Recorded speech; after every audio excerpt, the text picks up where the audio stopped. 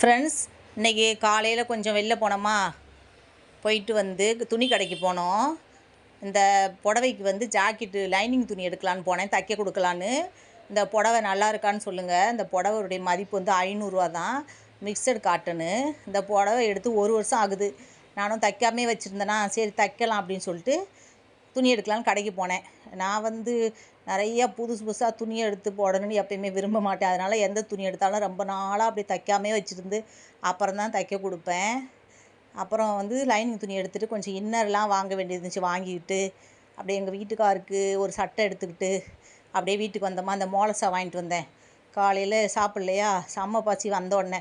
அதனால் நான் என்ன பண்ணேன், கொஞ்சம் மோலசாவை குடிச்சிட்டு அப்படியே இந்த கொஞ்சம் இட்லியை சாப்பிட்டுட்டு கொஞ்ச நேரம் ரெஸ்ட் எடுத்துகிட்டு அப்புறம் மற்றவங்களுக்கு ஏதாச்சும் சமைச்சு கொடுக்கலான்னு இருக்கேன். ஆனால் என்ன சமைக்கிறதுனே தெரியலை. இனிமேல் தான் ஏதாச்சும் ஐடியா பண்ணணும். இந்த வீடியோ பிடிச்சிருந்தா லைக் பண்ணுங்கள்.